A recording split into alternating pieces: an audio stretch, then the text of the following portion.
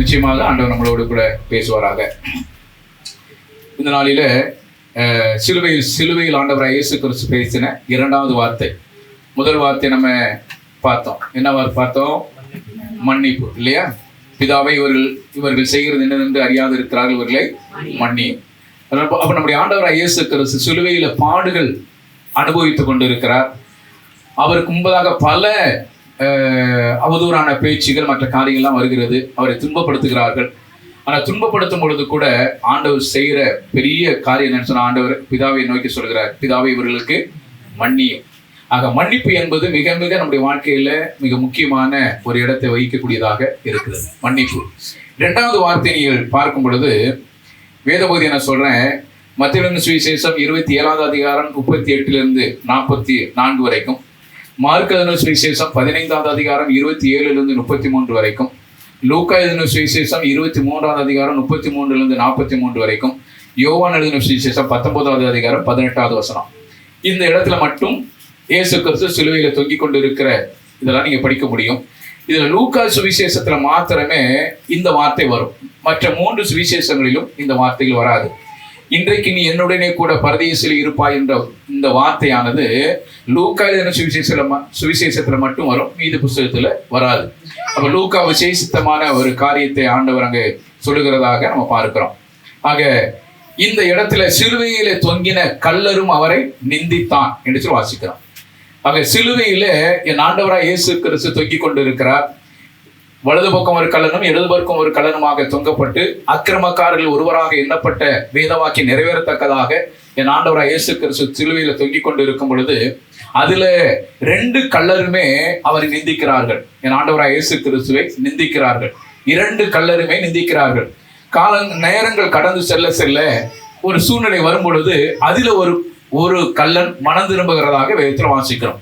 இந்த மனம் திரும்பின மனுஷன் சொல்லுகிறான், மனம் திரும்பின மனுஷனிடத்தில் ஆண்டவராய் இயேசு கிறிஸ்து சொல்கிறார், இன்றைக்கு நீ என்னுடனே கூட பரதேசில் இருப்பாய் என்று சொல்லி சொல்கிறார். இன்றைக்கு நீ என்னோடு கூட பரதேசில் இருப்பாய். ஆக இந்த கல்லர்கள் என்ன அவரை நிந்தித்தார்கள், இல்லையா? கல்லர்கள் எப்படியாக அவரை நிந்தித்தார்கள்? உண்மையிலேயே இன்னைக்கு சிந்திக்கும் பொழுது காரணமில்லாத அவதூறான பேச்சுகள் என் ஆண்டவராய் இயேசு கிறிஸ்துவை முகாந்தரம் இல்லாமல் என்னை பகைத்தார்கள் அப்படின்னு சொல்லி வேதத்துல படிக்கிறோம். ஆக வேதத்துல வாசிக்கிறோம், நிந்த என் இருதயத்தை பிளந்தது என்று வாசிக்கிறோம். உண்மையிலேயே அடிச்சுட்டா கூட வேதனை தெரியாது, உண்மைதானே? ஒரு மனுஷனை அடிச்சுட்டா வேதனை தெரியாது, அடிச்ச சமயத்தில் வேதனை இருக்கும். ஆனா நிந்தையான பேச்சு இருக்கு பாத்தீங்களா, அதுதான் வாழ்நாள் போது அவனை கொண்டுகிட்டே இருக்கும். அதனாலதான் சொல்ற, நிந்த என் இருதயத்தை என்ன செய்தது? பிளந்தது. ஆண்டவராய் இயேசு நிந்த என் இருதயத்தை பிளந்தது. உண்மையிலேயே ஒரு மனுஷனை வேதனைப்படுத்தணும், ஒருத்தனை அசிங்கப்படுத்தணும், ஒருத்தனை அவமானப்படுத்தணும் அப்படின்னு நினைச்சா நீங்க அடிச்சா கூட அதுக்கு அவமானமே கிடையாது. நீங்க அடிச்சிட்டீங்க, போய் விறுவிறுன்னு ஒரு அடி அடிச்சிட்டீங்கன்னா கூட அந்த அடி அப்படியே பார்த்துட்டு வலி எடுக்குச்சுன்னா அம்மா ஐயாமா கத்திட்டு போய்கிட்டே இருந்துருவான். ஆனா இந்த இடையே ஒரு நியூஸ் ஒன்று வந்தது. ஒரு ஸ்கூல்ல இருக்கிற ஒரு பையன் இன்னொரு பையனை போய் கத்தி எடுத்து குத்திட்டான் அப்படின்னு இப்போ இடையில ஒரு நியூஸ் ஒன்று வந்தது. இப்போ நிறைய நியூஸ் பார்த்துருப்பீங்க. அது என்ன பிரச்சனை? பேனாவை எதை எடுத்தா எதை பண்ணிட்டான்னு சொல்லி அவனை வரும்போது போகும்போது அவனை கிண்டல் பண்ணியிருக்கிறாங்க, கேள்வி பண்ணியிருக்கிறாங்க. இந்த கோபம் வரும்போது போகும்போது அந்த பையனை ஏதோ நல்ல படிக்கிற பையன், அந்த பையன் ஏதோ அவதூறான விஷயம் ஏதோ நடந்து போச்சு. வரும்போது போகும்போது அந்த பையனை கிண்டலும் கேலியும் பண்ணோம்னா அவனால தாங்க முடியல. கத்தி எடுத்துட்டு வந்து என்ன மேவனை அங்கே குத்திட்டான். இப்போ எதுக்கு சொல்ல வரேன்னா, இந்த நிந்தையான பேச்சு இருக்கு பார்த்தீங்களா, பேச்சு தான் மனுஷனை என்ன செஞ்சிடும்? கொன்னுரும்.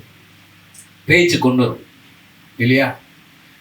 அதனாலதான் சொல்ற, நிந்தையின் இருதயத்தை பிளந்தது. ஒரு மனுஷனுடைய வாழ்க்கையில வேதனை அனுபவிக்கக்கூடிய ஒரு இடம் சொன்னா பேச்சு தான். அதனால தேவனுடைய பிள்ளைகள் பேசும் பொழுது கவனமாய் பேசணும் அப்படின்னு சொல்லி கொடுக்கறதுக்கு காரணம் அதுதான். அவங்களுடைய இருதயத்தை அது வாழ்நாள் முழுவதும் என்ன செய்ய முடியாது. ஒரு வார்த்தையை வெளியில போட்டுட்டா திரும்ப அந்த வார்த்தையை என்ன செய்ய முடியாது, எடுக்க முடியாது. அடிச்சுட்டா கூட அடிச்சுக்கோங்க, என்ன ஒரு அடி அடிச்சுக்கொண்டு கூட முடிஞ்சிடும். ஆனா வார்த்தையை போட்டு இதை மாதிரி என்ன ஒரு நாள் திட்டின்னு சொன்னா சரியா போயிருமா? ஒருத்த தடான்னு செவிட்ட ஒரு அடிச்சுட்டா, அடிச்ச உடனே சரி இப்போ என்னடா செய்யணும், அவனை ஒரு அடி அடிக்கிறா, போ விறுவிறுன்னு போய் அடி அப்படின்னு ஒரு அடி அடிச்சுட்டா பிரச்சனை சால்வ் ஆயிரும். ஆனா திட்டினதுக்கு அப்புறம் அதே திட்டு நீ திட்டுனா சரியா போயிருமா? திட்டினது தான். மாறுத்தரமாக நீ என்னதான் திட்டினாலும் அது மனசு என்ன செய்யாது, ஆறாது. நாங்க படிக்கும் போதெல்லாம் ஸ்கூல்ல பாத்தீங்கன்னா, இப்ப எங்களுக்கும் இவனுக்கும் எனக்கும் சண்டை வருதுன்னா என்ன சொல்லுவாரு தெரியுமா எங்க வாத்தியாருங்க, வா அப்படிம்பாரு. 2 பேரும் நிக்க வைப்பாரு. சரி அவன் அடிடா அப்படிம்பாரு. நாங்க படிக்கிற ஸ்கூல்ல அவன் அடிடாம்பாரு. சரி 2 பேரும் ஃப்ரெண்ட் ஆகி போச்சே, எதோ அடிச்சுட்டான், கோவிச்சுக்கிட்டோம், சண்டை போட்டோம், எப்படி அடிக்கிறது அப்படி மொல்லமா கண்ணத்துல ஒரு அடி அடிச்சா இங்க வா அப்படிம்பாரு. பக்கத்துல பலான்னு ஒரு அடி அடிப்பாரு. இத மாதிரி அவனை அடிப்பாரு. உனக்கு வலிக்கா? ஆமா சார் வலிக்கு. அதே மாதிரி அவனை அடிப்பாரு. அப்ப அவனை அடிக்கும் போது அவன் ஐயானுக்கு அத்துவான். அவன் திரும்ப என்ன அடிக்கணும், அவனுக்குள்ள உள்ள ஒரு பயம். என்ன பயம், ஓங்கி அடிச்சிட்டோம்னா வெளியில இருந்து நம்மள அடிப்பானா, என்ன பண்றது, அடிச்சாமனா என்ன பண்றது அப்படின்ட்டு அவன் பயம் மொல்லமா ஓங்குற மாதிரி ஓங்குவான். அவன் அடி கம்மியா இருக்கும். அவனையும் கூப்பிடுவாரு, வா அவனுக்கு வலிச்சுச்சா, அவனுக்கு ஒரு அடி கொடுக்கணும். அவன் ஐயாமா இதே மாதிரி அவனுக்கு அடிப்பாரு. அது சால்வ் சரியாகி போயிடும். அது சின்ன பிள்ளைகளுடைய காரியங்கள். ஆனா பேசுற பேச்சு, நான் பேசிட்டேன்னா அதே மாதிரி பேசுறான்னு சொன்னா சரியாகிருமா? சரியாது. அப்ப 2 கல்லர்களும் என் ஆண்டவராகிய இயேசு கிறிஸ்துவின் நடுவாக தொங்கிக் கொண்டு இருக்கிறார். இந்த பக்கம் ஒரு கல்ல, இந்த பக்கம் ஒரு கல்ல, 2 பேரும் அவரை நிந்திக்கிறார்கள். இடையில மாட்டிக்கொண்டு இருக்கிற என் ஆண்டவராகிய இயேசு கிறிஸ்துவின் மனநிலை எப்படி இருந்திருக்கும்? நீங்க அந்த நிந்தித்து கொண்டு இருக்கும் பொழுது ஒரு வார்த்தை கூட என் ஆண்டவர் பேசவே இல்லை. அமைதியாக இருந்தார். ஒரு வார்த்தை கூட பேசல. 2 பேரும் நிந்தித்ததை நான் உங்களுக்கு சொல்றேன், நீங்க அதை பாக்குற. 2 பேரும் நிந்திக்கிறாங்க, ஒரு வார்த்தை கூட அப்படியே அமைதியா நிக்கிற. அதுக்கப்புறம் 2 கல்லர்களும் பேசுறாங்க. இவர் அமைதியா இருக்கிறார். 2 கல்லர்களும் பேசுறாங்க. 2 கல்லர்களும் பேசி 2 பேருமே ஒரு தீர்மானத்துக்குள்ள வந்து அதுல ஒரு கல்லன் சொல்றான். அதைத்தான் நம்ம படிக்க போறோம். அதுல ஒரு கல்லன் சொல்றான். அந்த கல்லனுக்கு தான் ஆண்டவர் பதில் சொல்றாரு, இன்றைக்கு நீ என்னோடு கூட பரதேசில் இருப்பார். நம்மள அப்படி 2 பக்கமும் இருந்து நம்மளை தொந்தரவுப்படுத்திட்டு தான் நம்ம மனசு எப்படி இருக்கும்? கடைசியில திட்டி தீர்த்ததுக்கு அப்புறம் சரி என்ன மன்னிச்சிருங்க, நான் உங்க கூட வர்றேன் அப்படின்னா ஏத்துக்குவோமா?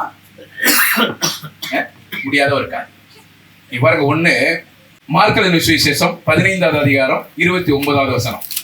அந்த வழியாய் நடந்து போவர்கள் தங்கள் தலைகளை துலுக்கி, ஆகா தேவாலயத்தை இடித்து 3 நாளைக்குள்ளே கட்டுகிறவனே, உன்னை நீயே ரட்சித்துக்கொள், சிலுவையிலிருந்து இறங்கி வா என்று சொல்லி நிந்திக்கிறாங்க. அந்த வழியா போகிறவங்களாம் என்ன சொல்றாங்கன்னா, நீங்க தேவாலயத்தை இடிச்சு 3 நாளைக்குள்ள கட்டுவேன்னு சொன்னீங்க, இப்ப நீ என்ன செய்ய, கீழே இறங்கி வா, சிலுவையிலிருந்து இறங்கி வா, உன்னை நீயே ரட்சித்துக்கொள் அப்படின்னு சொல்லி கேட்கிறாங்க. பாருங்க, மத்தேயு எழுதின சுவிசேஷம் 27வது அதிகாரம் 40வது வசனத்தை படிங்க. தேவாலயத்தை இடித்து 3 நாளைக்குள்ளே கட்டுகிறவனே, உன்னை நீயே ரட்சித்துக்கொள், நீ தேவனுடைய குமாரனானால் சிலுவையிலிருந்து இறங்கி வா என்று அவரை தூஷித்தார்கள். தேவாலயத்தை இடித்து 3 நாளைக்குள்ள கட்டுகிறவனே, உன்னை நீயே ரட்சித்துக்கொள். அப்ப நீ என்ன சொல்லி இருக்கிற? தேவாலயத்தை இடித்து 3 நாளைக்குள்ள என்ன செஞ்சிருவேன், கட்டுவேன்னு சொன்னீங்க. அப்ப இவங்க குற்றப்படுத்துகிறனா, நீ கட்டுகிறவர் என்று சொல்ற. நீ கட்டுகிறவராச்சே, தேவாலயத்தை இடிச்சு 3 நாளைக்குள்ள கட்டுகிறவராச்சே, இப்போ உன்னை நீயே ரட்சித்துக்கொள். நீங்க பாருங்க, யோவான் சுவிசேஷம் 2வது அதிகாரம் 19வது வசனம். இயேசு அவர்களுக்கு பிரதியுத்தரமாக, இந்த ஆலயத்தை இடித்து போடுங்கள், 3 நாளைக்குள்ளே இதை எழுப்புவேன் என்றார். இயேசுக்கு சொன்னது உண்மைதான். அதை மாற்று கருத்தே கிடையாது. இயேசு அதுக்கு பின்னாடி உள்ள வசனத்தை படிக்கும் பொழுது தன்னுடைய சரீரத்தை குறித்து சொன்னார் என்று வாசிக்கிறோம். ஆனா இயேசுக்கு சொன்னது உண்மை. என்ன சொன்னாரு? இந்த ஆலயத்தை இடிச்சு போடுங்க, 3 நாளைக்குள்ள என்ன செய்வேன், எழுப்புவேன் சொன்னார். அப்ப அதுக்கு கீழே படிக்கும் பொழுது தன்னை குறித்து சொன்னார் என்கிறது அது சொல்லப்பட்டு இருக்கிறது. ஆனா இவங்க என்ன குற்றப்படுத்துறாங்கன்னா, நீ 3 நாளைக்குள்ள இடிச்சு என்ன செஞ்சிருவ, கெட்டுவேன்னு சொன்னீங்க. பாருங்க, 26வது அதிகாரம் 61வது வசனத்தை படிங்க. மத்தேயு 26:61. தேவனுடைய ஆலயத்தை இடித்து போடவும் 3 நாளைக்குள்ளே அதை கட்டவும் என்னாலே ஆகும் என்றான் என்று இவன் சொன்னான் என்றார்கள். குற்றம் சுமத்துகிறார்கள். தேவாலயத்தை இடிச்சு 3 நாளைக்குள்ள கெட்டுவர்னு சொன்னதாக குற்றம் சுமத்துகிறார்கள். இவர் சொன்னது உண்மையா இல்லையா? என்ன பேச மாட்டேங்க? சொன்னது உண்மைதான். அதை மாற்று கருத்தே கிடையாது. நீங்க எதை பேசுகிறீர்களோ அதை வச்சேதான் உங்களை குற்றப்படுத்துவாங்க. நீங்க உண்மையை மட்டும் பேசுங்க, உண்மைதான் ஜெயிக்கும். உண்மையை மட்டும் பேசுங்க. ஆண்டவர் சொல்லுகிறார் இந்த பாருங்க 20 மார்க் 15:29 அடுக்கையில வாசிங்க. அந்த வழியாய் நடந்து போகிறவர்கள் தங்கள் தலையை துலுக்கி, தேவாலயத்தை இடித்து 3 நாளைக்குள்ளே கட்டுகிறவனே, உன்னை நீயே ரட்சித்துக்கொள், சிலுவையிலிருந்து இறங்கி வா என்று அவரை தூசித்தார்கள். அப்ப தேவாலயத்தை இடிச்சு போடுவேன்னு சொன்னது உண்மை. இதை குற்றப்படுத்துகிறார்கள். இவன் தேவாலயத்தை எடுத்து 3 நாளைக்கு கெட்டுவேன்னு சொன்னது உண்மைதான். ஏன்னா அதைத்தான் குற்றப்படுத்துகிறாங்க. அவ குற்றப்படுத்தும் பொழுது அவர் என்ன சொல்றாருன்னா,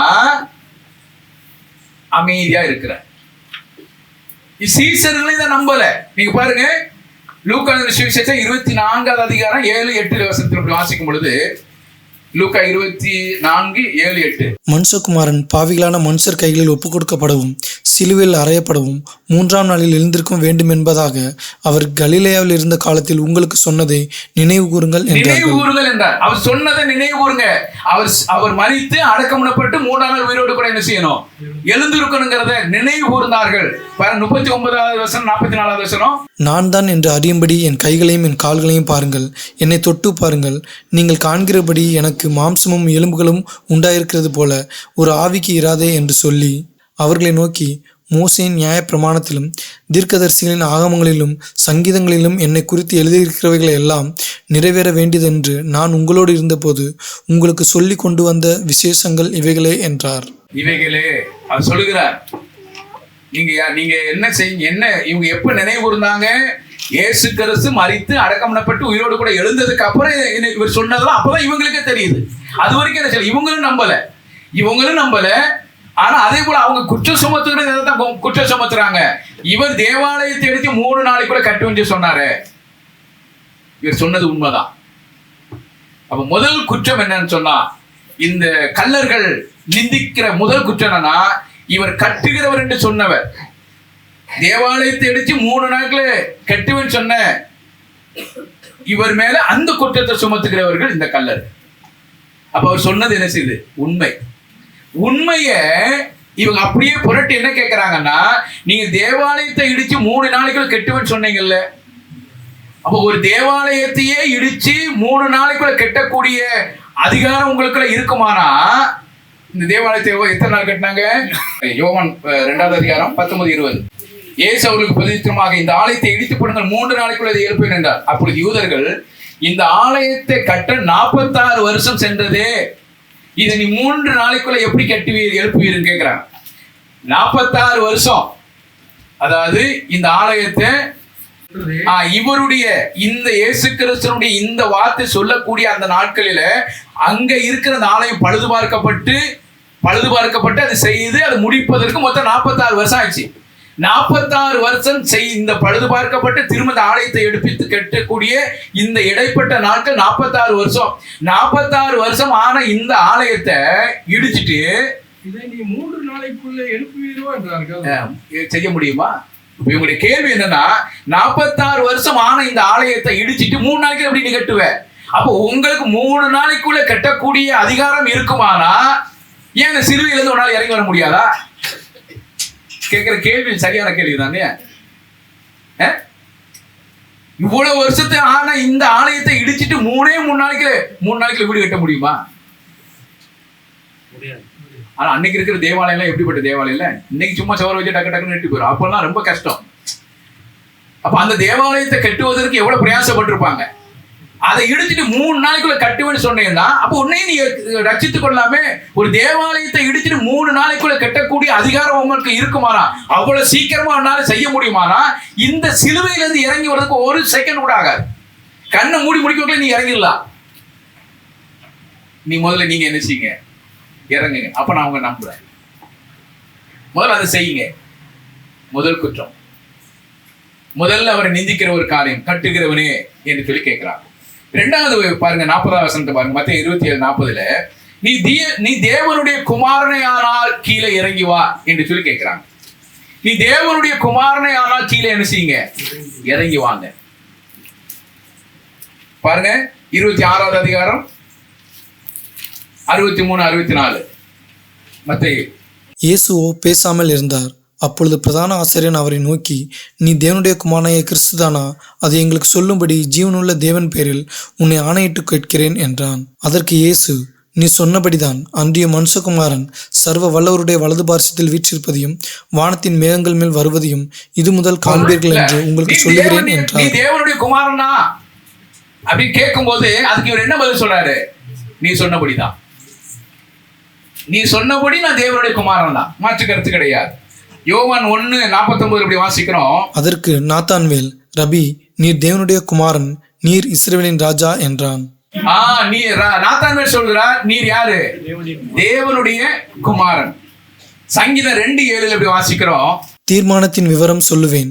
கர்த்தர் என்னை நோக்கி, நீர் என்னுடைய குமாரன், இன்று நான் உம்மை ஜனிப்பித்தேன். நீர் என்னுடைய குமாரன். கர்த்தர் சொல்கிறார், நீர் என்னுடைய குமாரன் என்று சொல்கிறார். மத்தேயு சுவிசேஷம் 14:33 அப்பொழுது படவில் உள்ளவர்கள் வந்து, மெய்யாகவே நீர் தேவனுடைய குமாரன் என்று சொல்லி அவரை பணிந்து கொண்டார்கள். மெய்யாகவே நீர் யாரு? தேவனுடைய குமாரன். யோவான் சாட்சி சொல்கிறார். 1:33-38 வாசிங்க. யோவான் 1:33. நானும் இவரை அறியாதிருந்தேன், ஆனாலும் ஜலத்தினால் ஞானஸ்நானம் கொடுக்கும்படி என்னை அனுப்பினவர் ஆவியானவர் இறங்கி யார் மேல் தங்குவதை நீ காண்பாயோ அவரே பரிசுத்த ஆவியினால் ஞானஸ்நானம் கொடுக்கிறவர் என்று எனக்கு சொல்லியிருந்தார். இவரே தேவனுடைய குமாரன் என்று நான் சாட்சி கொடுக்கிறேன். நீங்க இந்த வேத பகுதியெல்லாம் பாருங்க. இவர் யாரு? தேவனுடைய குமாரன். தேவனுடைய இதைத்தான் அவங்க சொல்றாங்க. நீ தேவனுடைய குமாரனை ஆனால் கீழே என்ன செய்யுங்க? இறங்கி வாங்க. நியாயமான கருத்து தான். முதல்ல சொல்றாங்க, தேவாலயத்தை இடிச்சு 3 நாளைக்குள்ள கட்டக்கூடிய அதிகாரம் உமக்கு இருக்குமானா இதுல இருந்து இறங்கி வர முடியாதா? இறங்கி வாங்க. ரெண்டாவது சொல்றாங்க, நீ தேவனுடைய குமாரனை ஆனால் கீழே என்ன செய்யுங்க? இறங்கி வாங்க. இன்னைக்கு நிறைய சமயத்துல நம்ம ஆண்டவர்கிட்ட சொல்ற விஷயம் என்ன தெரியுமா? நீ உண்மையான கடவுளா இருந்தா எனக்கு என்ன செய்யுங்க? இது நிறைய பேருடைய ஜெபம் அப்படிதான் இருக்கு. உண்மையிலே அது யாருடைய செயல் தெரியுமா? பிசாசுடைய செயல். என்னைக்குமே ஆண்டவர்கிட்ட அப்படிப்பட்ட கேள்விகளை கேட்க கூடாது. உண்மையா நீ தேவனுடைய குமாரன், நம்ம உண்மையா தேவனுடைய குமாரனா இருக்கிறதுனாலதான் அவர் ஆண்டவரை இயேசு கிறிஸ்து சொந்த தெய்வமா ஏற்றுக்கொண்டு ரட்சிக்கப்பட்டு ஞானஸ்நானம் சபையோடு இருக்கிறோம். எல்லாம் முடிஞ்சு திரும்ப இதே கேள்விதான் கேட்கிறோம். நீங்க உண்மையிலேயே உண்மையே நீங்க தெய்வமா இருந்தா, நான் நம்புனது உண்மையா இருக்குமானா, நான் நம்புனது மெய்யான தெய்வத்தை நான் நம்புனது உண்மையா இருக்குமானா இதை செய்யுங்க. இந்த கேள்வி ஒரு நாள் வரக்கூடாது. அவர் செய்வார். செய்யும் வரை காத்திருக்கணும். அதுதான் நமக்கு கிடைக்கிற ஒரு காரியம். இந்த மாதிரி கேள்விகள் தேவ சமூகத்துல ஒரு நாள் வைக்க கூடாது. வாக்கு தத்தங்களை சொல்லி ஜெபிக்கலாம், அது வேற. வேதத்துல நிறைய தேவ மனுஷன் வாக்கு தத்தங்களை சொல்லி இருக்கிறாங்க. ஆண்டவரே, நீ இஸ்ரவேலுக்கு இப்படி சொல்லி இருந்தீரே, வாக்கு தத்தங்களை யூதர்கள் சொல்லி என்ன செய்யறாங்க? இன்னைக்கும் சொல்லி என்ன செய்யறாங்க? ஜெபிக்கிறாங்க இல்லையா? வாக்கு தத்தங்களை உரிமையாக்கி கொள்ளணும். வாக்கு தத்தங்களை உரிமையாக்கி கொண்டு என்ன செய்யணும்? தேவ சமூகத்துல ஜெபிக்கலாம், தப்பு கிடையாது. ஆனா என்ன செய்யக்கூடாது? நீ தேவனுடைய குமாரன் தானே, கீழே இறங்கி வாங்க. ரெண்டாவது அவங்க குற்றப்படுத்துகிற ஒரு காரியம், நீ தேவனுடைய குமாரன் ஆனால். அப்ப உண்மையாகவே என் ஆண்டவராய் இயேசு கிறிஸ்து தேவனுடைய குமாரன், அதுல எந்த மாற்று கருத்து கிடையாது இல்லையா? அவரால் முடியாதது ஒன்றுமே கிடையாது. அவர் முதல்ல வாசிக்கும் பொழுது முதல்ல சொன்னது, என் ஆண்டவராய் இயேசு கிறிஸ்து சொன்னார், 3 நாட்களை இடித்து கெட்டு சொன்னார், அதை மாற்று இல்லை. ரெண்டாவது என்ன வாசிக்கிறோம்? அவர் சொன்னபடி சொல்ற, நீ சொன்னபடி நான் தேவனுடைய குமாரன் தான், அதுலயும் மாற்று கருத்து கிடையாது இல்லையா? மூணாவது காரியம் அதே இதுல பாருங்க, ஜீவனுள்ள தேவன் பேரில் உன்னை ஆணையிட்டு கேட்கிறேன் என்றார். இல்ல, அடுத்து இதே மாதிரி கேள்வி வைத்தா சாத்தானை எழுப்புறான். நீங்க பாருங்க, சரி, மத்தேயு 4:3-4. அப்பொழுது சோதனைக்காரன் அவரிடத்தில் வந்து, நீர் தேவனுடைய குமாரனே ஆனால் இந்த கல்லுகள் அப்பங்களாகும்படி சொல்லும் என்றான். அவர் பிரதியுத்தரமாக, மனுஷன் அப்பத்தினாலே மாத்திரமல்ல, தேவனுடைய வாயிலிருந்து புறப்படுகிற ஒவ்வொரு வார்த்தையினாலும் பிழைப்பான் என்று எழுதியிருக்கிறதே என்றார். பாருங்க, அவர் சொல்ற ஒரு காரியம், சோதனைக்காரன் அவரிடத்துல வந்து என்ன கேட்கிறானா, நீ தேவனுடைய குமாரனை ஆனா என்ன செய்யுங்க? இந்த கல்லுகள் என்ன செய்யுங்க? அப்பங்களாக்குங்க. முடியுமா? முடியாதா? அவரால் கல்லுகள் அப்பமாக்க முடியுமா? முடியாதா? முடியும். அவரால் என்ன வேணாலும் செய்ய முடியும் இல்லையா? கல்லுகள் அப்பமாக்க கூட முடியும். ஒரு மீன் வயிற்றிலேயே ஒரு மனுஷனை உள்ள வச்சு பாதுகாக்கக்கூடிய அளவுக்கு வல்லமை உள்ள தெய்வமா இருக்குமானா இந்த கல்லுகள் அப்பமாக்க முடியாது? அவரால் முடியும். ஆனா என்ன சொல்றாரு சாத்தான்? என்ன சொல்றானா, நீ தேவனுடைய குமாரனை ஆனா இந்த கல்லுகளை என்ன செய்யுங்க? அப்பமாக்கு. ஏன் தெரியுமா? அவருக்கு பசி. யாருக்கு பசி? யாருக்கு பசி? இயேசுக்கு. ஏன்னா அவர் பசியா இருந்தார். பிசாசு என்னைக்கு நம்ம எங்க இடத்துல நம்ம சோதிப்பான் தெரியுமா? நீங்க எதுல தேவை இருக்கிறீங்களோ, நீங்க எது உங்களுக்கு அவசியமா இருக்கிறதோ, எது உங்களுக்கு தேவை இருக்கிறதோ, அந்த தேவைக்கு ஒரு பொய்யான விஷயத்தை கொண்டு முன்னாடி வைப்பான். அதுதான் நிறைய பேர் விழுந்து போற காரணம். எது தேவையோ, இயேசுக்கு இங்க வாசிக்கிற அவர் பசியா இருந்தார். 40 நாட்கள் அவர் உபாசித்து இருந்து 40ஆவது நாள் பசி உண்டாயிற்று. பசி உண்டாகும் பொழுது வனாந்தரத்துல ஒண்ணுமே கிடையாது. ஒண்ணுமே இல்லாத இருக்கும்போது அவன் வந்து சொல்றான், இந்த கல்லை அப்பமாக்குங்க. அப்பமாக்கிட்டீங்கன்னா ஈஸியா என்ன செஞ்சிடலாம், சாப்பிடலாம். இதுக்காக நம்ம வெளியெல்லாம் போத்தவே இல்லை. உங்களால முடியாதா? என்ன ஆண்டவரே, வானத்தை உண்டாக்குனவர், பூமியை உண்டாக்குனவர், சர்வத்தையும் படைத்த தெய்வம், சகல அதிகாரம் உள்ள தெய்வம், பூமி அது நிறைவும் முடியதா இருக்கிறது. உமக்கு வேண்டியது எல்லாமே மனுஷன்ட்ட வாங்க தேவையில்லை. உமால எல்லாமே செய்ய முடியும். எல்லாமே செய்யக்கூடிய அதிகாரம் உள்ள ஒரு தெய்வம். இந்த கல்லை அப்பமாக்கி சாப்பிடுங்களேன். இப்படிதான் நமக்கு நிறைய ஆலோசனை கொடுக்குறாங்க. எதுக்கு நீங்க அங்க போய் கேட்கணும்? எதுக்கு நீங்க அதை செய்யணும்? யாரையும் கேட்காதீங்க. நீங்களே எல்லாத்தையும் பார்த்துக்கோங்க. சொல்லி கொடுக்குறானா இல்லையா? இதான் பெரிய காரியம். வாசிக்கிறோம், நீ தேவனுடைய குமாரனான. 2வது பாருங்க, அதே வசனத்துல கீழே படிக்கும் பொழுது எங்க கொண்டு போறான்னா, நான் 5வது வசனத்துல, அப்பொழுது பிசாசு பரிசுத்த நகரத்துக்கு கொண்டு போய் தேவாலயத்து உப்பரிக்கையின் மேல் நிறுத்தி, ஒரு உயர்ந்த இடத்துல, தேவாலயத்தினுடைய உயர்ந்த இடத்துல கொண்டு நிப்பாட்டி வச்சாச்சு. நிப்பாட்டி என்ன சொல்றாரு பாருங்க, நீ தேவனுடைய குமாரனே ஆனவள், நீ தேவனுடைய குமாரனே ஆனால் தாழ குதிங்க. அப்ப தேவனுடைய குமாரனே ஆனா தாழ குதிங்க. ஏன்னா தேவதூதர்கள் உங்க கையில என்ன செஞ்சிருவாங்க, ஏந்தி விட்டு போவாங்கல்ல. வேதவசனம் சொல்லி இருக்கையா அப்படின்னு சொல்லி கொடுக்குறான். வேதவசனம் சொல்லி கொடுத்துருக்கு. வேதவசனம் அப்படி இருக்கு. உங்களுடைய பாதம் இடராதபடிக்கு தூதர்களுக்கு ஆண்டவர் என்ன செய்வார், கட்டளை இடுவாரு. அப்படிதான் சங்கீதம் 91வது சங்கீதத்துல வாசிக்கிறோம். அப்படிதான் வாசிக்கிறோம். தம்முடைய தூதர்களுக்கு கட்டளை இடுவாரு. அவருடைய பிள்ளைகள் கீழே குதிக்கும் போது தேவதூதர்களுக்கு கட்டளையிட்டு அவங்க அழகா தாங்கிட்டு போடுவாங்க. இப்ப நீங்க குதிங்க. நான் சொல்லி கொடுக்குறேன். என்ன சொல்லி கொடுக்குறேன், நீ தேவனுடைய குமாரனை ஆனால் தாழ குதிங்க. மேல இருந்து கீழே செஞ்சுங்க, குதிச்சிருங்க. நிறைய சமயத்துல ஒரு மூட நம்பிக்கையான வாழ்க்கையில வாழ்ந்து கொண்டு இருக்கிற ஒரு காரியம் இல்லையா? இன்னைக்கு கிறிஸ்தவமும் மூட நம்பிக்கையில போயிடுச்சு. எப்படி சொல்லுங்க? நான் நிறைய சமயத்துல சொல்லி இருக்கிறேன். இப்ப கூட சமயமா என்கிட்ட ஒருத்தர் பேசிட்டு இருந்தார். எனக்கு சரியா ஞாபகம் இல்லை. அவர் சொல்றாரு என்ன சொன்னார்னா, சார் இன்னைக்கு மூட நம்பிக்கையில இருக்கிறாங்க. என்ன நம்பிக்கையில இருக்கிறாங்க? ஆஸ்பத்திரிக்கே போறது கிடையாது. ஆஸ்பத்திரிக்கே போறது கிடையாது. என்ன செய்யறாங்க? எனக்கு ஆண்டவர் சுகம் கொடுப்பார், மாற்றுக்கிறதே கிடையாது. ஆண்டவர் சுகம் கொடுக்கிறவர் தான், மாற்றுக்கிறது கிடையாது. ஆண்டவர் இன்னைக்கும் நம்பினவர்களுக்கு ஆண்டவர் சுகம் கொடுக்கிறார். ஆனா எல்லா வாய்ப்புகள் இருந்து எதுவுமே இல்லாத, எல்லா வாய்ப்புகள் இருந்து அதை பயன்படுத்தாம இருக்கிற பாத்தீங்களா, அது பெரிய தப்பு. வேதத்தில் ஆண்டவராக இயேசு கிறிஸ்து சுகப்படுத்துற எல்லா இடத்தையும் பாருங்க, செய்த ஒரு சில செயல்பாடுகள் நிறைய இருக்கும். ஒரு மனுஷனுடைய கண்ணை சுகப்படுத்தினார் இல்லையா? எப்படி சுகப்படுத்தினாரு? தன்னுடைய எச்ச துப்பி அதை சகதியாக்கி கண்ணில் எடுத்து என்ன செஞ்சார்? பூசினார். இப்ப நீ போ. மருந்து இல்லையா? ஆண்டவர் பல இடங்களில் மருத்துவ ரீதியான பல விஷயங்களை செய்யறார் இல்லையா? இப்ப நம்மளே இந்த கண் கட்டி, இந்த கண்ணுல கட்டி வந்துடும், சூடு கட்டி வரும். அதுக்கு நம்ம செய்யற மருந்து என்ன தெரியுமா? மண்ணாங்கட்டியா? நாம எச்ச தொட்டு தடவுவாங்க. பாத்துருக்கீங்களா? பாக்கலையா? எச்சிப்பா வந்து சொல்லி கொடுப்பா. கண்ணுல கட்டி வரும் பொழுது என்ன செய்வாங்கன்னா, லைட்டா எச்ச தொட்டு என்ன செய்வாங்க? தடவுவாங்க. 2வது கையை நல்லா அப்படியே அரக்கணிங்கன்னா சூடு உண்டாகும். அதை அப்படியே தடவும். அப்படி வச்சா என்ன செஞ்சிடும்? அப்படியே அமுங்கிட்டே போகும். இதெல்லாம் ஒரு சின்ன சின்ன மருந்துகள். இதெல்லாம் நமக்கு நிறைய விஷயங்கள் கற்றுக் கொடுத்து இருக்கிறாங்க, நம்ம செய்யறது இல்லை இல்லையா? அப்ப என்ன சொல்ல வர்றான்னா, நீ தேவனுடைய குமாரனான கீழே இறங்கி தாழ குதிங்க.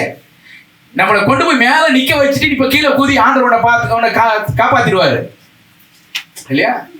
இப்படிதான் அவன் சொல்லிக் கொடுக்கிற ஒரு காரியம். அவரால் குதிக்க முடியுமா முடியாதா? அங்க வேதத்துல கல்லால எரியும் போது, மலையின் அங்க கொண்டு போய் எல்லாரும் கல்லை தூக்கி எரியும் போது அப்படி மறைந்து போனார் என்று வாசிக்கிறோம். மறைந்து போக முடியும். வீட்டுல பூட்டி இருக்கிற வீட்டுக்குள்ள என்ன செஞ்சாரு? வந்தாரு இல்லையா? எல்லாம் அவரால முடியும், என்ன வேணாலும் செய்ய முடியும். ஏன் செய்யல? அவனுக்கு கீழ்ப்படியணும்னு அவசியமே கிடையாது. தெய்வத்துக்கு மட்டும்தான் கீழ்ப்படியணும். பிசாசுக்கும் அவனுடைய வார்த்தைக்கும் அவனுடைய செயலுக்கும் ஒரு நாள் நம்ம கீழ்ப்படியக்கூடாது. இது யாருடைய செயல் என்பதை அறிந்து கொள்ளணும் இல்லையா? யோவான் நிருபத்துல வாசிக்கும் பொழுது தேவனுடைய ஆவி இன்னதென்றும் வஞ்சகத்தினுடைய ஆவி இன்னதென்றும் பகுத்தறியுங்க என்று சொல்லி சொல்லுகிறார். எது தேவனுடைய ஆவி எது வஞ்சகத்தினுடைய ஆவி என்பதை பகுத்தறியணும். எல்லா ஆவியும் ஒண்ணுன்னு சொல்லி என்ன செஞ்சிடாதீங்க, நம்புறாதீங்கன்னு சொல்றார். எல்லா ஆவியும் மாம்சத்தில் வந்த இயேசு கிறிஸ்துவை அறிக்கை பண்ணாது இருக்கிற எந்த ஆவியும் அந்த அந்தி கிறிஸ்துவனுடைய ஆவி. அது மாம்சத்தில் வந்த இயேசு கிறிஸ்துவை அறிக்கை பண்ணாது இருக்கிற எந்த மனுஷனும் ஏற்றுக்கொள்ளாதீங்கன்னு சொல்லி கொடுக்கிற இல்லையா? இதெல்லாம் பிசாசனுடைய தந்திரங்கள். அது அப்ப நீ தேவனுடைய குமாரனான கீழே இறங்கி வா என்று சொல்லி வாசிக்கிறோம். பாருங்க, 1 தீமோத்தேயு புஸ்தகம் 4ஆம் அதிகாரம் 1 5 வரைக்கும். 1 தீமோத்தேயு புஸ்தகம் 4ஆம் அதிகாரம் 1 5 வரைக்கும். ஆகிலும் ஆவியானவர் வெளிப்படையாய் சொல்லுகிறபடி பிற்காலங்களிலே மனசாட்சியில் சூடுண்ட பொய்யருடைய மாயத்தினாலே சிலர் வஞ்சிக்கிற ஆவிகளுக்கும் பிசாசுகளின் உபதேசங்களுக்கும் செவி கொடுத்து விசுவாசத்தை விட்டு விலகி போவார்கள். விசுவாசத்தை விட்டு விலகி போவார்கள். என்ன வாசிக்கிறோம்? சிலர் வஞ்சிக்கிற ஆவிகளுக்கும் பிசாசுகளின் உபதேசங்களுக்கும் செவி கொடுத்து விசுவாசத்தை விட்டு விலகி போவார்கள். பிசாசுடைய உபதேசம், வஞ்சிக்கிறனுடைய உபதேசம் என்ன தெரியுமா? என்னது? அடுத்த வசனம் சொல்லுது, விவாகம் பண்ணாதீங்கன்னு சொல்லி கொடுப்பான். அவன் சொல்லி கொடுக்கிற முதல் விஷயமே என்ன தெரியுமா? ஏன் விவாகம் பண்ணக்கூடாதுன்னு சொல்லி கொடுக்கிறான்? சந்ததிகள் வரக்கூடாது, பரிசுத்த ஜாதிகள் இந்த உலகத்துல வரக்கூடாது. அதுக்கு தடை பண்ண வேண்டிய முதல் வேலை யாருதான்? பிசாசு தான். பரிசுத்த ஜாதி இந்த உலகத்துல வரக்கூடாது. தேவ பிள்ளைகளுக்கு சொல்லிக் கொடுக்கிற முதல் வார்த்தை என்னமா? விவாகம் பண்ணாதீங்க, நீங்க கல்யாணம் பண்ணாதீங்க. கல்யாணம் பண்ணிட்டீங்கன்னா நீங்க தேவ சந்தை, நீங்க உங்களுடைய சுயமா நீங்க என்ன செய்ய முடியாது, வாழ முடியாது. நீங்க வாலிப பிள்ளைகளுக்கு சொல்லிக் கொடுக்குறாங்க இல்லையா? வெளியில சொல்லிக் கொடுக்குறாங்க, திருமணம் கல்யாணம் பண்ணாதீங்க. கல்யாணம் பண்ணிட்டீங்கன்னா உங்களுடைய சுயாதீனம் போயிடும். உங்களுக்கு சுயாதீனம் போய் நீங்க ஃப்ரீயா இருக்க முடியாது, சந்தோஷமா இருக்க முடியாது, இஷ்டமான இடங்களுக்கு போக முடியாது, பல விஷயத்தை செய்ய முடியாது, நீங்க நினைக்கிற விரும்புகிறபடி செய்ய முடியாது. நான் ஒரு பொண்ணுகிட்ட பேசினேன். அந்த பொண்ணு சொல்றா, எனக்கு ஆடம்பரமான ட்ரெஸ் வந்து என்னால போட முடியாது.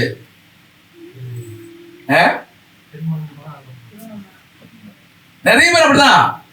திருமணமான ஒரு கட்டுப்பாடுக்குள்ள வந்துருவோம். ஒரு குடும்பம் சொன்னா ட்ரெஸ் இப்படிதான் போடணும், இப்படிதான் இருக்கணும், தலைமுடி இப்படிதான் சீவணும், இப்படி செய்யணும், அப்படி செய்யணும், இப்படிலாம் பல விதங்கள் இருக்கு. உண்மைதானே? கல்யாணம் ஆகுறதுக்கு முன்னாடி நான் எப்படி வேணாலும் வாழ்ந்துட்டு போயிருக்கலாம், என்ன வேணாலும் ஹேர் ஸ்டைல் வச்சுட்டு போயிடலாம், என்ன வேணாலும் பண்ணிடலாம், எதை வேணாலும் பண்ணிட்டு போயிடலாம். ஆனா கல்யாணம் ஆனதுக்கு அப்புறம் இன்னொருத்தருக்கு உத்தரவாதம் உள்ளவரை மாறிடுறோம். அவங்களுடைய விருப்பம் எதுவோ அதை நிறைவேற்றுவது இவங்களுடைய கடமை, இவங்களுடைய விருப்பம் எதுவோ அதை நிறைவேற்ற வேண்டியது அவங்களுடைய கடமை. என்னுடைய சுயாதீனம் அங்க ஒரு இடத்துல வந்து நின்று போயிடும். என் இஷ்டப்படி வாழ முடியாது.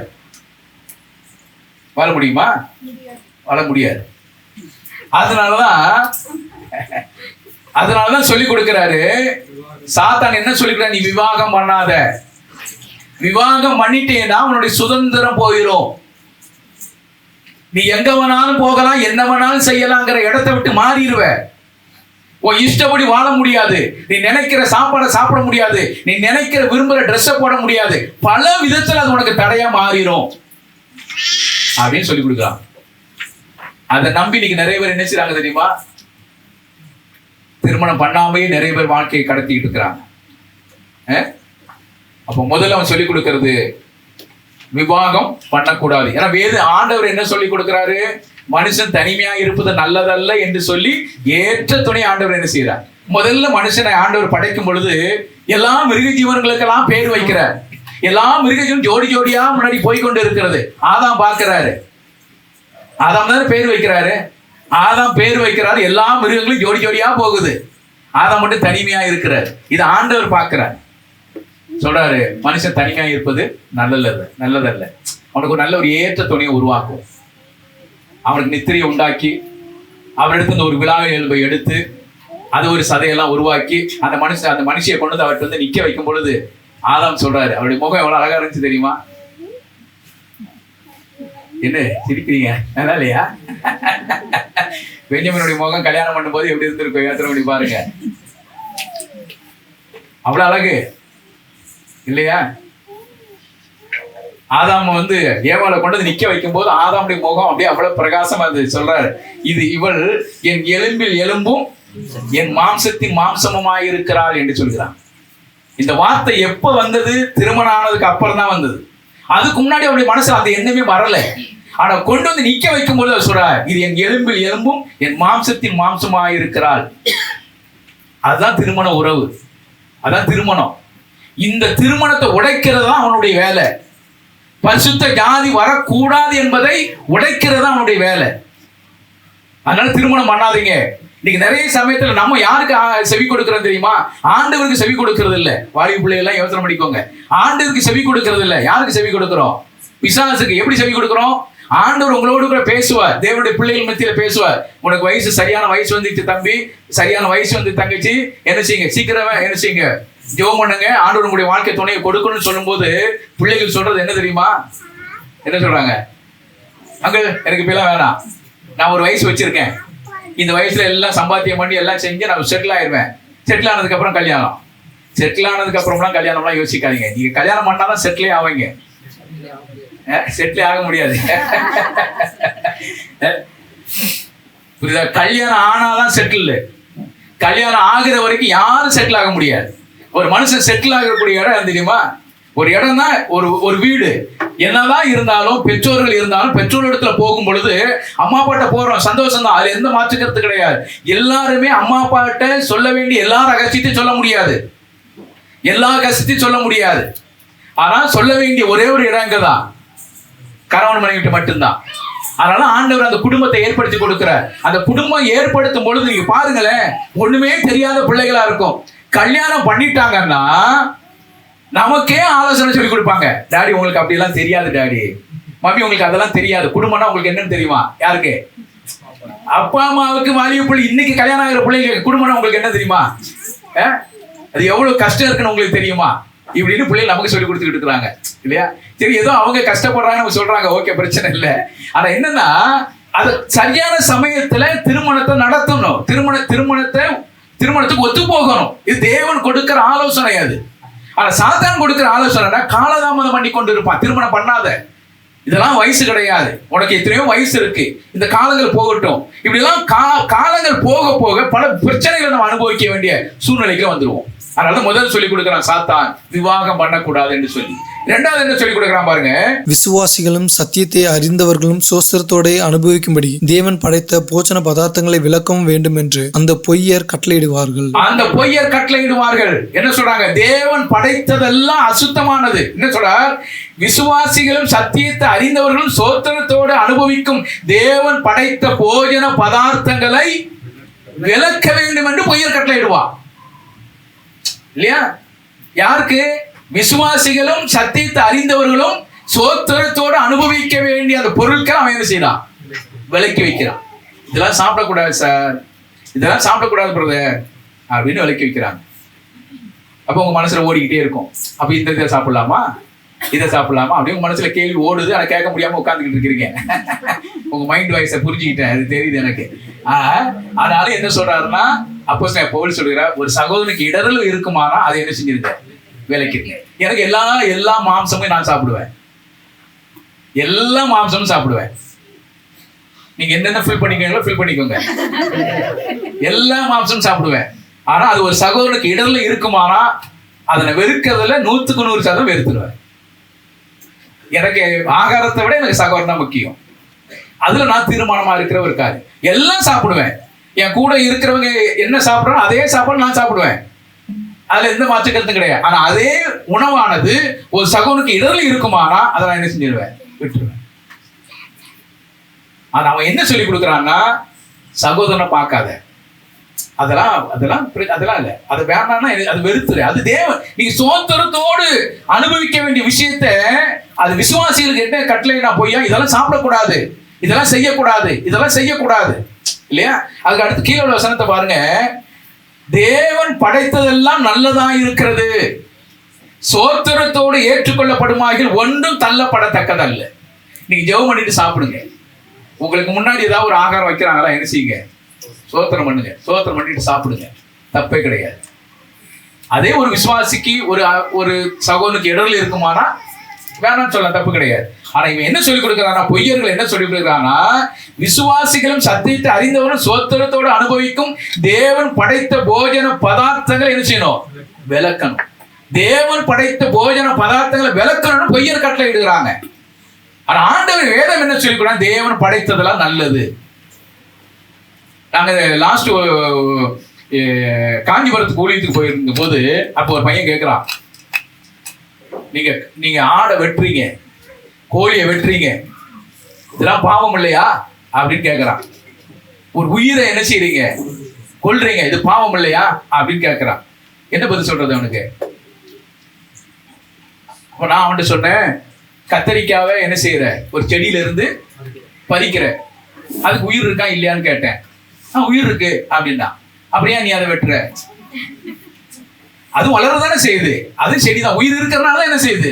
வளருது. அதை வெட்டிட்டீங்கன்னா வெயிலுக்கு காஞ்சி போச்சுன்னா அது செத்து போயிடும். அது இப்படிதானே சொல்றோம், அது செத்து போச்சு, அந்த செடி செத்து போச்சு, அதுக்கு உயிர் இருக்கு. அப்ப அது வளருது, அப்படி செடியா வளருது, அப்புறம் பூ பூக்குது, காய் காய்க்குது, அப்படி நமக்கு சாப்பிடக்கூடிய ஆகாரங்களை கொடுக்குது. அதை கட் பண்ணி எடுத்துட்டு, அதை கட் பண்ணா இன்னொரு இருந்து என்ன செஞ்சிடணும்? உண்மையிலே யோசனை பண்ணி பாருங்க. அதை கட் பண்ணும்போது அது உயிர் இருக்கும்போது மனசுல என்ன யோசனை பண்ணிட்டு இருக்கும்? மனசுல ஒண்ணு இருந்துச்சுன்னா, என்ன நான் அழகா அந்த செடியில நல்லா அழகா கலர் கலரா இருக்கேன், என்ன புடி கொண்டு போய் மண்டையில வச்சுட்டேன். நான் அங்க இருக்கும்போது எவ்வளவு அழகா இருந்தேன், நீ அதை கொண்டு போய் மண்டையில வச்சோன்னா சாயந்தரம் 4 மணி ஆச்சுன்னா கருவி போயிருது, தூக்கி குப்பையில போட்டுருத. நான் இருக்கிற இடத்துல தான் எனக்கு எவ்வளவு அழகா இருந்தேன் அப்படின்னு அந்த பூச்செடி எல்லாம் சொல்லும் இல்லையா? அப்ப அது உயிர் இருக்கும்போது அவளுக்கு விஷயத்த சொல்லுது இல்லையா? அப்படி நினைக்கும் இல்லையா? அப்ப அவன் சொல்லும் போது அவன் சொல்றான், இல்ல சார் அது வந்து செடிகள், அது செடிகள் தான், இது மிருகங்கள். அப்ப நான் சொன்ன கடவுள் எதை சாப்பிடணும் எதை சாப்பிடக்கூடாதுங்கிறத ஆண்டு வேத புத்தகத்தில் எழுதி வச்சிருக்கிறாருப்பா. மீன்கள்ல கூட என்ன மீனை சாப்பிடணும், மிருகங்கள்ல என்ன மிருகங்களை சாப்பிடணும், ஊரும் பிராணிகளை எதை என்னென்ன சாப்பிடணும் என்ன செஞ்சிருக்கிறாரு, எழுதி கொடுத்திருக்கிறாரு. அதன்படிதான் சாப்பிட முடியும். ஒருவேளை உனக்கு நான் சாப்பிடுற சாப்பாடு உனக்கு இடர்ல இருக்குமானா அதை நான் சாப்பிட மாட்டேன்பா அப்படின்னு அவன் சொன்னதுக்கு அப்புறம் தான் சரி சார் இப்ப புரியுது சாருங்க. இப்ப எல்லாருமே என்ன யோசிக்கிறாங்கன்னா, இதெல்லாம் சாப்பிடக்கூடாது இதெல்லாம் சாப்பிடக்கூடாதுன்னு சொல்லி பிரிச்சு வச்சு அடுத்த வசனம் என்ன வாசிக்கிறோம்னா, அது தேவ வசனத்தினாலும் ஜெபத்தினாலும் பரிசுத்தமாக்கப்படும். தேவ வசனத்தினாலும் ஜெபத்தினாலும். நீங்க ஜெபம் பண்ணுங்க. உங்களுக்கு முன்னாடி ஒரு ஆகாரம் கொடுக்குறாங்களா? இங்கதான் நமக்கு வந்து போறோம். நீங்க நார்த் இந்தியாவெல்லாம் நீங்க போனீங்கன்னா சாப்பிடலாம் ரொம்ப. திடீர்னு நீங்க மலைவாழ் மத்தியில போய் ஊழியத்துக்கு போயிட்டீங்க, அவன் எலியை சுட்டு கொடுக்குறான், இல்ல எனக்கு ஒண்ணு சுட்டு கொண்டு கொடுக்குறான், அதான் அவனுக்கு ஆகாரம். என்ன பண்ணுவீங்க? சாப்பிட்டுதானே ஆகணும். ஏன்னா அவனை ஆதாயப்படுத்தணும். என்ன நம்முடைய நம்பிக்கை என்ன? ஒரு ஆத்மா ஆதாயப்படுத்தணும் இல்லையா? அப்ப அவனுடைய காட்டுவாசிகளோட சேர்ந்து இருந்து அவனோடு கூட பழகணும் இல்லையா? அது அவனுக்கு தான் ஆகாரம். வேற ஆகாரமே அவனுக்கு சோறு கொடுத்தா சாப்பிட மாட்டான். அவனுக்கு அது சோறு கொடுத்தா சாப்பிட மாட்டான். அப்ப அவனுக்கு ஆகாரம் என்னமோ அதை தான் கொடுப்பான், அதை தான் நமக்கும் கொடுப்பான். நீ ஆந்திராவுக்கு போனீங்கன்னா காலை சாப்பாடு என்ன தெரியுமா? என்ன தம்பி காலை சாப்பாடு? இந்த பொரி இருக்கு இல்லையா? நம்ம அது பேர் என்ன சொல்ற? பொரி தான். இந்த இது வெங்காயம் வெங்காயம் தக்காளி மசாலா போட்டு கலக்கி கொடுப்பாங்கல்ல, மசாலா பொரி.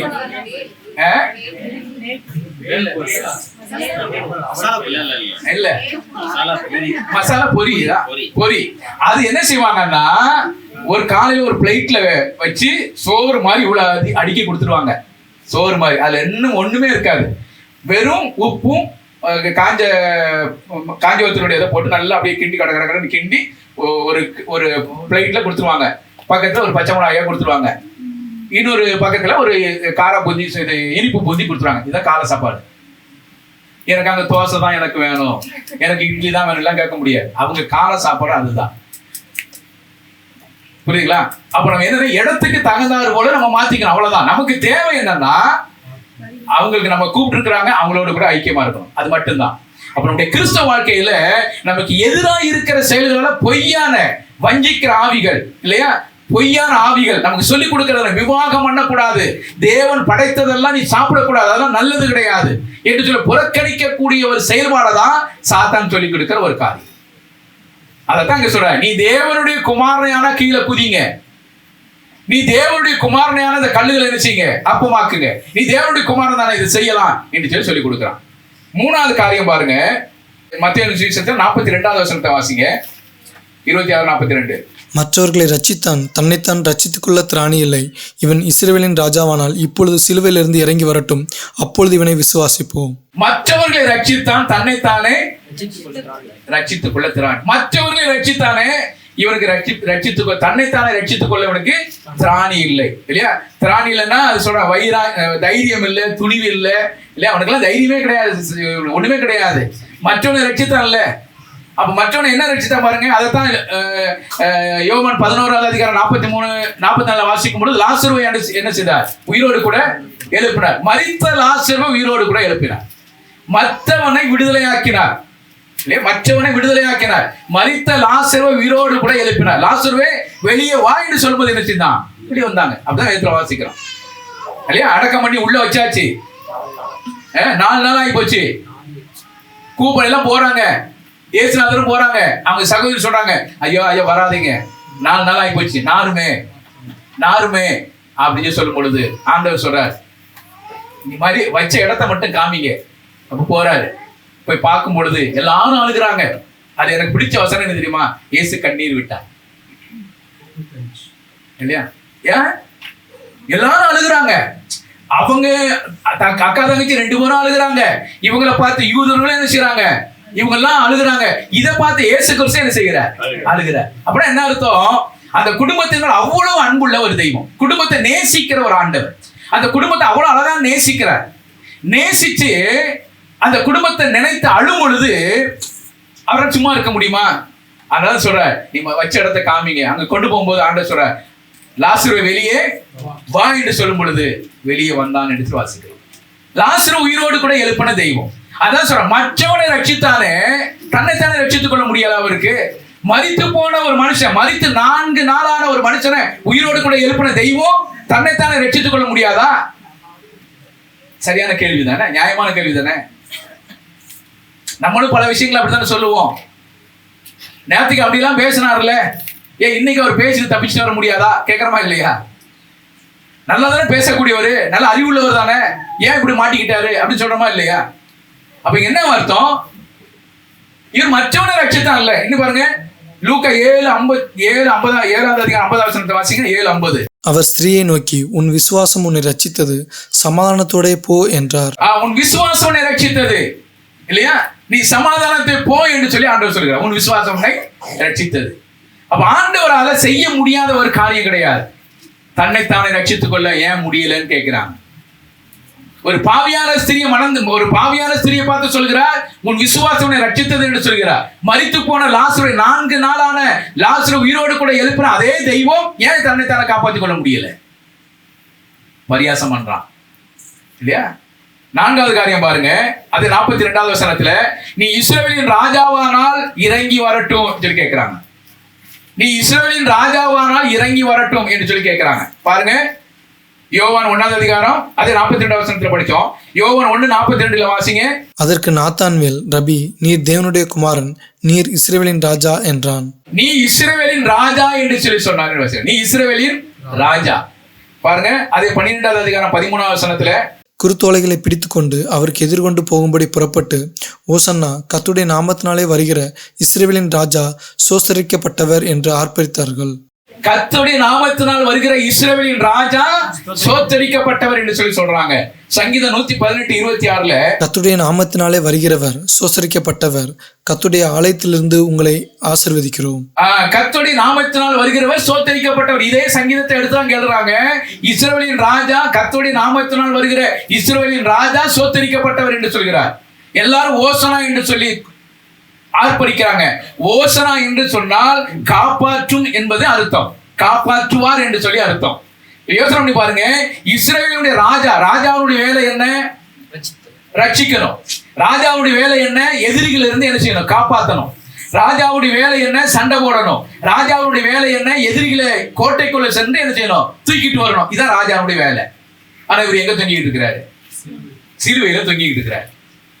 இப்படிலாம் யோசிக்கிறாங்க பாருங்க. நீ இஸ்ரவேலின் ராஜாவானா என்ன செய்யணும்? இவங்களை ஒன்னு ரட்சித்துக்கோ, இல்லைன்னா என்ன செஞ்சிரு கீழே. நீ இஸ்ரவேலின் ராஜா தானே. ராஜாவால செய்ய முடியாத காரியம் என்ன இருக்கு? ராஜாவுக்கு சகல அதிகாரம் உண்டு. எதிரிகளை தோற்கடிப்பதற்கும், எதிரிகளுடைய கோட்டைக்குள் போவதற்கும், மற்றவங்களை ரட்சிப்பதற்கும், மற்றவங்களுக்கு சண்டை போடுவதற்கும் பலமும் தைரியமும் அதிகாரம் உள்ள ராஜா. உண்மையெல்லாம் நாங்க ராஜான்னு சொல்லிக்கிட்டு இருந்தோம். இந்த உலகத்தில் நீங்க வரும்பொழுது இஸ்ரவேலின் ராஜா என்று சொன்னோம், ஓசனா என்று சொல்லி ஆர்ப்பரித்தோம், எல்லாம் செஞ்சோம். இப்ப நீங்க எங்க தொங்கிட்டு இருக்கிறீங்க? சிலுவையில தொங்கிட்டு இருக்கீங்க. நீங்க இஸ்ரவேலின் ராஜாவானா என்ன செய்யுங்க? கீழே இறங்கி வாங்க, அப்புறம் அவங்க நம்புறோம். அது சொன்ன 4வது நிந்தனை. 5வது நிந்தனை பாருங்க, 43வது வசனத்துல, தன்னை தேவனுடைய குமாரன் என்று சொல்லி தேவன் மேல் நம்பிக்கையா இருந்தானே, அவர் இவன் மேல் பிரியமா இருந்தார். நம்பிக்கையா இருந்தானே. உண்மையிலேயே ஆண்டவர் தெய்வத்தின் மேல் நம்பிக்கை இருந்தாரா இல்லையா? நீங்க பாருங்க, யோவான் 11வது அதிகாரம் 41, 42 வாசிக்கிறோம். அப்பொழுது மரித்தவன் வைக்கப்பட்ட இடத்தில் இருந்த கல்லை எடுத்து போட்டார்கள். இயேசு தம்முடைய கண்களை ஏறெடுத்து, பிதாவே, நீர் எனக்கு செவி கொடுத்தபடியினால் உம்மை ஸ்தோத்திரிக்கிறேன். பிதாவே, நீர் எனக்கு செவி கொடுத்தபடியினால் நான் ஸ்தோத்திரிக்கிறேன். லாசரு கல்லறைக்குள்ள இருக்கிறாரு, இவர் வெளியே நிற்கிறாரு, பிதாவை நோக்கி என்ன செய்றார்? என்ன சொல்றாரு? பிதாவே, நீர் எனக்கு செவி கொடுத்தபடியினால் உம்மை ஸ்தோத்திரிக்கிறேன். என்ன கேட்டிருக்கிறாரு? ஆண்டவரே, உங்களுடைய நாமத்தினால என்ன செய்ய போறேன்? லாசரு உயிரோடு கூட எழுப்ப போறேன். அவன் உயிரோடு கூட எழுப்பி என்ன செய்யணும்? வரணும். நான் அவர் என்ன சொல்றார்? நீர் எனக்கு செவி கொடுத்தபடியினால் உண்மை நான் என்ன செய்யறேன்? ஸ்தோத்திரிக்கிறேன். தேவனில் நம்பிக்கை உள்ள ஒரு தெய்வம், பிதாவாகிய தெய்வத்தின் மேல் நம்பிக்கையோடு சொல்ற, நீர் எனக்கு செவி கொடுத்தபடியினால் நான் ஸ்தோத்திரிக்கிறேன் என்று சொல்லுகிறார். பாருங்க 12வது அதிகாரம் 28வது வசனத்துல, 12:28, பிதாவே, உமது நாமத்தை மகிமைப்படுத்தும் என்றார். அப்பொழுது மகிமைப்படுத்தினேன், இன்னமும் மகிமைப்படுத்துவேன் என்கிற சத்தம் வானத்திலிருந்து உண்டாயிற்று. குமாரன் வந்து பிதாட்ட என்ன சொல்றாருன்னா, பிதாவே, உம்முடைய நாமத்தை என்ன செய்யுங்க? மகிமைப்படுத்துங்க. அதுக்கு பிதா என்ன பதில் சொல்றாருன்னா, நான் மகிமைப்படுத்தினேன், இன்னமும் மகிமைப்படுத்துவேன். அடுத்து என்கிற சத்தம் வானத்திலிருந்து சத்தம் உண்டாயிற்று. ஆண்டவர் சொல்லுகிறார், குமாரன் பிதாவிட்ட சொல்றார், பிதாவே, உடைய நாமத்தை மகிமைப்படுத்துங்க. பதில் என்ன வருதா? மகிமைப்படுத்தின, இன்னும் நான் என்ன செய்வேன்? மகிமைப்படுத்துவேன். 30வது வசனத்துல, இயேசு அவர்களை நோக்கி, இந்த சத்தம் என் நிமித்தம் உண்டாகாமல் உங்கள் நிமித்தமே உண்டாயிற்று. இந்த சத்தம் என் நிமித்தம் உண்டாகாமல் உங்கள் நிமித்தம் அந்த சத்தம் என்ன செய்தது? உண்டானது. ஏன்? நான் பிதாவினிடத்தில் கேட்டுக்கொள்வது எதுவோ தேவன் எனக்கு பதில் கொடுப்பார். தேவனுடைய பதில் எனக்கு வந்தது என்பது நீங்கள் அறிய வேண்டும் என்பதற்காக இந்த சத்தம் என்ன செய்தது? உண்டானது. இல்லையா? அப்ப என்னன்னா, நீ தேவன் மேல் நம்பிக்கையான உண்மையே ஆண்டவராய் இயேசு கிறிஸ்து லாசரை எழுப்பும்போது சொல்கிறார், நீர் எனக்கு செவி கொடுத்தபடி நான் உம்மை ஸ்தோத்திரிக்கிறேன். ஆண்டவரே, நீர் மகிமைப்படுத்துங்க என்று சொல்லி தெய்வம் என்ன செய்கிறார்? சத்தம் உண்டாது. வானத்திலிருந்து ஒரு சத்தம் உண்டாகிறதாக வேதத்தில் வாசிக்கிறோம். பாருங்க, லூக்கா 22:43 வாசிக்கும் பொழுது, அப்பொழுது வானத்திலிருந்து ஒரு தூதன் தோன்றி அவரை பலப்படுத்தினான். வானத்திலிருந்து ஒரு தூதன் தோன்றி ஆண்டவரை பலப்படுத்தினார். எங்க? கெத்செமனேல ஜெபம் பண்ணிக்கிட்டு இருக்கிறார். பிதாவே, இந்த பாத்திரம் என்னை விட்டு நீங்க கூடுமானால் நீங்கும்படி செய்யும், ஆகிலும் என்னுடைய சித்தத்தின்படி அல்ல உம்முடைய சித்தத்தின்படி ஆக கடவுது என்று சொல்லும் பொழுது, தேவன் தூதருக்கு கட்டளையிட்டு தூதர் என்ன செய்றார்? பலப்படுத்தினார். அப்புறம் என்ன அர்த்தம்? தேவன் மேல் நம்பிக்கை இருக்கிறார், என்னை பலப்படுத்துவதற்கு என் தெய்வம் எனக்கு போதுமானவராய் இருக்கிறார் என்று சொல்லி கேட்கும் பொழுது தேவன் தூதனை அனுப்பி பலப்படுத்தினார் என்று சொல்லி வாசிக்கிறோம். அப்போ 5வது காரியம் என்ன? தேவன் நம்பிக்கையாக இருந்ததை வாசிக்கிறோம். 6வது விஷயத்தை வாசிக்கும் பொழுது வாசிங்க, தேவன் உண்மையில் பிரியமாய் இருந்தால் அவர் வந்து உன்னை என்ன செய்யட்டும்? அப்படிதான் வாசிக்கிறோம் 43வது வசனத்துல, தன்னை தேவனுடைய குமாரன் என்று சொல்லி தேவன் மேல் நம்பிக்கையாய் இருந்தானே, அவர் இவன் மேல் பிரியமாய் இருந்தால் இப்பொழுது இவனை ரட்சிக்கட்டும் என்றார்கள். தெய்வம் உன் மேல பிரியமா இருக்குமானா, பிதாவாகிய தெய்வம் உண்மையில் பிரியமா இருப்பார், ஆனால் அவர் வந்து என்ன செய்யட்டும்? எவ்வளவு கேள்வியில கேட்கிறாங்க பாருங்க. அப்ப இதெல்லாம் என்ன அர்த்தம் தெரியுமா? இயேசு கிறிஸ்து இந்த உலகத்துல வாழும் பொழுது பிதா இவர் மேல அதிகமான பிரியமா இருந்தார். பாருங்க, 1, அன்றியும் வானத்திலிருந்து ஒரு சத்தம் உண்டாகி, இவர் என்னுடைய நேசகுமாரன், இவரில் பிரியமா இருக்கிறேன் என்று உரைத்தது. இவர் ஞானஸ்நானம் எடுத்து கரையேறின உடனே வானத்திலிருந்து ஒரு சத்தம் உண்டாகுது. என்ன சத்தம் உண்டாகுது? இவர் என்னுடைய நேசகுமாரன், இவரில் நான் என்ன செய்கிறேன்? பிரியமா இருக்கிறேன். இவர் என் நேசகுமாரன், நான் இவரில் மேல் பிரியமா இருக்கிறேன். பாருங்க, 17:5 வாசிங்க. அவன் பேசுகையில், இதோ ஒளியுள்ள ஒரு மேகம் அவர்கள் மேல் நிழலிட்டது. இவர் என்னுடைய நேசகுமாரன், இவரில் பிரியமாயிருக்கிறேன், இவருக்கு செவி கொடுங்கள் என்று அந்த மேகத்திலிருந்து ஒரு சத்தம் உண்டாயிற்று. இதோ இவர் என்னுடைய நேசகுமாரன், நான் இவர் மேல் பிரியமாயிருக்கிறேன். இவர் என்னுடைய நேசகுமாரன், இவர் நான் பிரியமாயிருக்கிறேன். அப்ப அங்க மருபமலையில காண்பிக்கும் பொழுது அவங்க சொல்றாங்க, இவருக்கு ஒரு கூடாரம், இங்க ஒரு கூடாரம் போட்டு நம்ம எங்கேயே தங்கிக்கலாம் அப்படின்னு சொல்லும் பொழுது வானத்தின் ஒரு சத்தம் உண்டா. என்ன சொல்றாருன்னா, இவர் என்னுடைய நேசகுமாரன், இவர் நான் பிரியமாய் இருக்கிறேன். அப்ப ஆண்டவர் என்னன்னா, தேவன் பிரியமாய் இருக்கிற ஒரு காரியம். நீங்க பாருங்க, யோவான் சுவிசேஷம் 5வது அதிகாரம் 20வது வசனம் வாசிங்க. பிதாவானவர் குமாரனிடத்தில் அன்பாயிருந்து தாம் செய்கிறவைகளை எல்லாம் அவருக்கு காண்பிக்கிறார். பிதாவானவர் குமாரன் மேல் அன்பாய் இருந்து தாம் செய்கிறவை எல்லாம் என்ன செய்கிறார்? காண்பிக்கிறார். யோசனை பண்ணி பாருங்க, பிரியமாய் இருக்கிற ஒரு தெய்வம், பிரியமாய் இருக்கிறதுனால தாம் செய்கிறதெல்லாம் என்ன செய்கிறார்? குமாரனுக்கு காண்பிக்கிறார். ஆண்டவர் பிரியமாய் இருக்கிற ஒரு காரியம். அப்ப தேவன் மேல் பிரியமாய் இருந்தானே இவனை ரட்சிக்கட்டும் என்று சொல்லி இந்த 6 விதமான கேள்வியில கேட்கிறாங்க. ஒண்ணு, நீ கட்டுகிறவனாச்சே, இந்த தேவாலயத்தை எடுத்து 3 நாளைக்குள்ள கட்டுவன் சொன்னையே, நீ கீழே இறங்கி வா. 2வது, நீ தேவனுடைய குமாரனே ஆனால் கீழே இறங்கி வா. 3வது, மற்றவனை ரட்சித்தான் தன்னைத்தானே ரட்சித்துக் கொள்ள திராணி இல்லை என்று சொல்றாங்க. 4வது, நீ இஸ்ரவேலின் ராஜாவானால் என்ன செய், கீழே இறங்கி வா. 5வது, இவன் தேவன் மேல் நம்பிக்கையா இருந்தானே என்று சொல்றாங்க. 6வது, தேவன் உண்மையில் பிரியமாயிருந்தா உன்னை ரட்சிக்கட்டுமே அப்படின்னு கேட்கிறான். இதுக்கு அடுத்துதான் வாசிங்க 44வது வசனம் 26-44. அவரோட கூட சிலுவைகளில் அறையப்பட்ட கல்லரும் அந்தபடியே அவரை நிந்தித்தார்கள். அந்தபடி அவரை நிந்தித்தார்கள். என்ன, இந்த மேல சொல்லப்பட்ட எல்லா இடத்திலையுமே அவரை என்ன செய்யறாங்க? நிந்திக்கிறாங்க அப்படின்னு வாசிக்கிறோம். அது லூக்காவின் சுவிசேஷம்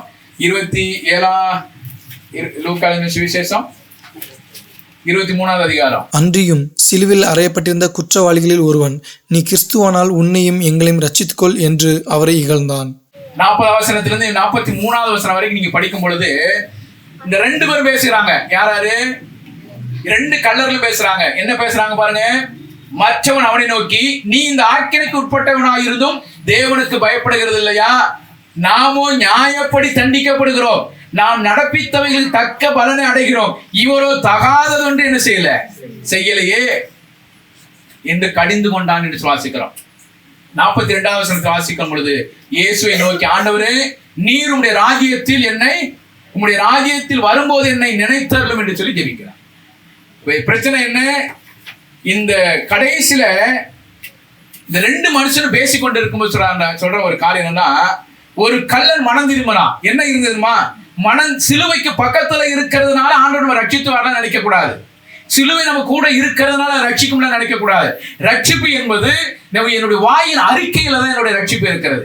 இந்த ஒரு கள்ளன் என்ன ரட்சித்தான்னா, தெய்வ பயம் இருந்ததாக வேதத்துல வாசிக்கிறோம். அப்படிதான் வாசிக்கிறோம். இங்க என்ன வாசிக்கிறோம்? 40வது வசனத்துல, தேவனுக்கு பயப்படுகிறது இல்லையா என்று சொல்லி கேட்கிறார். தெய்வ பயம் இருக்கிறோம்.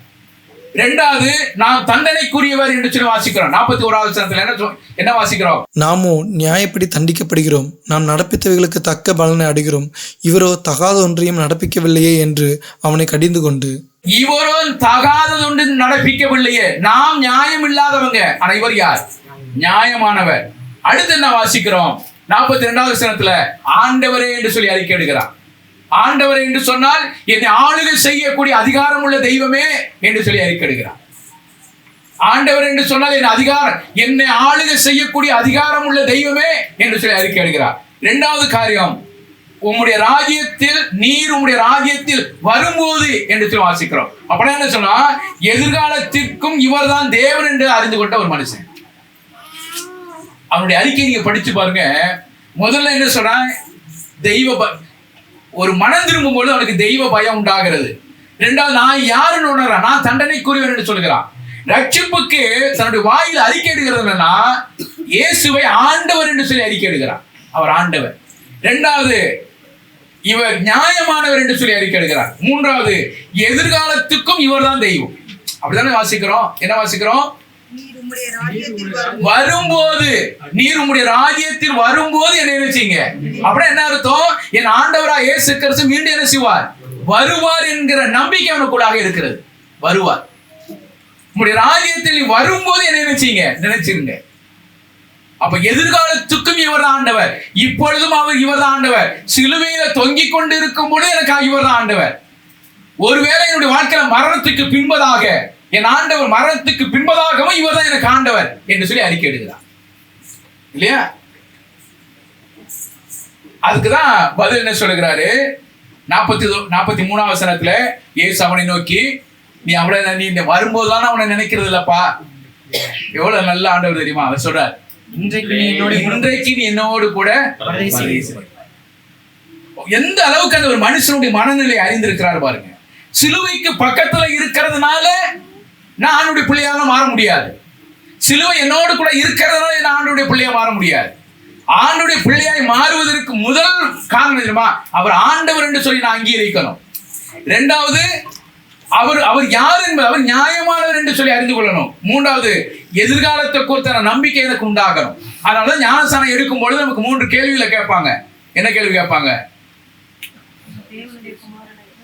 இயேசு கிறிஸ்துவை தேவன் என்று நீ நம்புறாயா கேட்பாங்க.